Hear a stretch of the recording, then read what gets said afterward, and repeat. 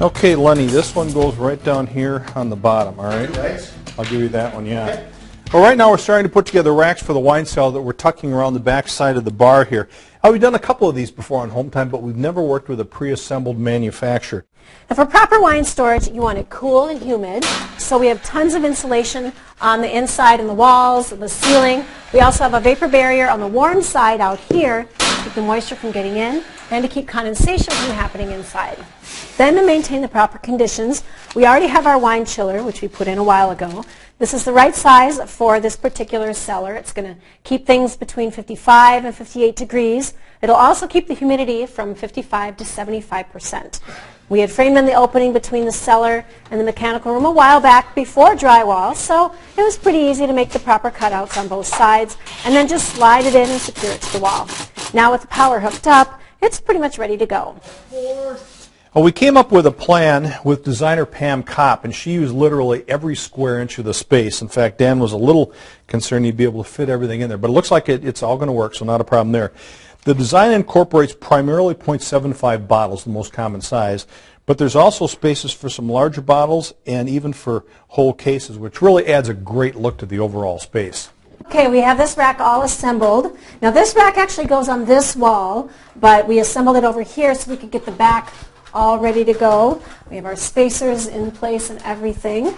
Now it's just a matter of sliding it into place against this wall. And we have some lines on the wall that we've already drawn for level. Make sure that it's right on the money, and there it is. Excellent. Good on our plumb line here. And we're countersinking, right? We're going to have pretty Joe, I think, countersink into our framing, and then screw it right to the wall. I think it'll hold it up there just fine. We're going to use stainless steel fasteners for this. There is a chance with high humidity that the screws could bleed and run down on the wood, so we're going to use stainless steel. Shouldn't have any problems with that whatsoever.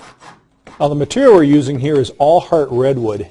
The reason for redwood is because you want to keep wine cellars as humid as possible to keep from drying out your corks. And redwood totally resists mold, mildew, and decay. But the milling is really nice. It's just very precise, don't you think, Lenny? I haven't had a bad cut yet, Dean. It really is nice. Now that we have our back secured to the wall, we are putting in our horizontal braces in the front here.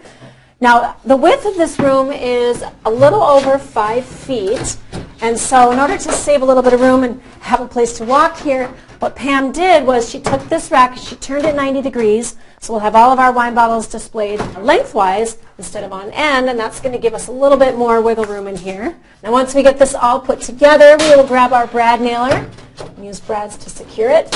What a nice clean look, right? Should look just fine. Casey, happy guy? 4/4. Yep, I am. Okay, so I think we're about where we want to be. I think we can take the thing apart now, and then we'll take these two outside sections, we'll scribe those to the floor so everything is running perfectly level in the room, and then we can take everything back there and assemble it. Assemble it backwards, yeah, and then slide it and attach it, and then put it in the face. Exactly, yeah. So should we take it apart? Yeah, let's go for it. Okay. The third wall, actually, I'm a little nervous about it, but actually went together pretty well. We assembled it partially outside, but we could not fully assemble it because we never would have been able to spin it and flip it down. And it was tricky because it's very tight in there. Somehow Dan got wedged in behind it too. I'm not quite sure how that happened. The horizontals across the back. Mim was handing me pieces. We put the horizontal spacers on first, and then we could just kind of sled all the like items together, nail everything off across the top. All right. And then we put the final two uprights in. It just made it a little bit easier because it is a very tight space. Well, once all the pieces were in from the back, Dan was able to kind of wiggle his way out of there, and then we were able to slowly kind of walk it back there, and we got it flush to the back, and then we're able to finish it off on the front. And then you carefully install that redwood 1.5-inch countertop from underneath, pre-drilled, and attach it carefully and went in slick. Well, we are just about done with all the racking in our wine cellar, and we thought it'd be fun to have our designer come by and give us an opinion about how things are going. So Pam, what do you think? Miriam, it looks wonderful. I think we're almost ready for the wine. I think so too. It's not a very big space. It's about 5 by 9. But do you want to talk a little bit about some of the things that you've done in here to maximize our space? Absolutely. This wine cellar will hold over 800 bottles of wine. 800. Absolutely. Wow. We've used every space, tried to maximize all of the storage. And we've used an all-heart redwood. The reason for that is that this redwood is mildew and mold resistant, and we have a very high level of humidity in the wine cellar. The tasting table and the arch will be the focal point as you come through the door, and we're going to be installing LED lighting around the back. And we'll also be putting that LED lighting over these bottle displays. You can use this? Absolutely. You're going to run right into this notch trim strip, and you'll be installing that right over the top of the bottles, and so when the bottles are in place, they'll be all illuminated. And it's very pretty. It's very soft and, just a lovely light for the wine cellar. And there's a nice tabletop. It makes it great just to have a little spot to open a bottle. Now, this isn't a very big space, so how small can you go when you're doing a wine cellar? I have worked with customers, especially people who are in high-rise condos, and they have very limited space, and maybe we'll perhaps convert a small pantry. We have a wonderful variety of kits for someone who wants to do it themselves and directions on how to assemble the kits. So you would have an opportunity to look at the kit and look at the directions, and you can see up front if it's something that you can tackle. But a lot of people build their own wine cellars, and it's great fun. And of course, the size of the wine cellar then dictates the size of the chiller that you're going to have, right? It does indeed, depending on the cubic feet in the room, where the wine cellar is located. Maybe it's in a lower level basement, maybe it's above grade.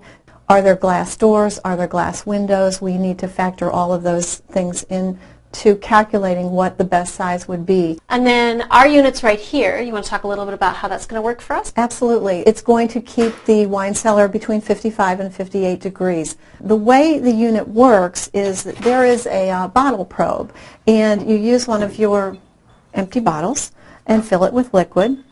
And then this plugs into the chiller, and then the bottle lays on the shelf, and the Whisper Cool unit measures the temperature inside of the wine bottle. Okay.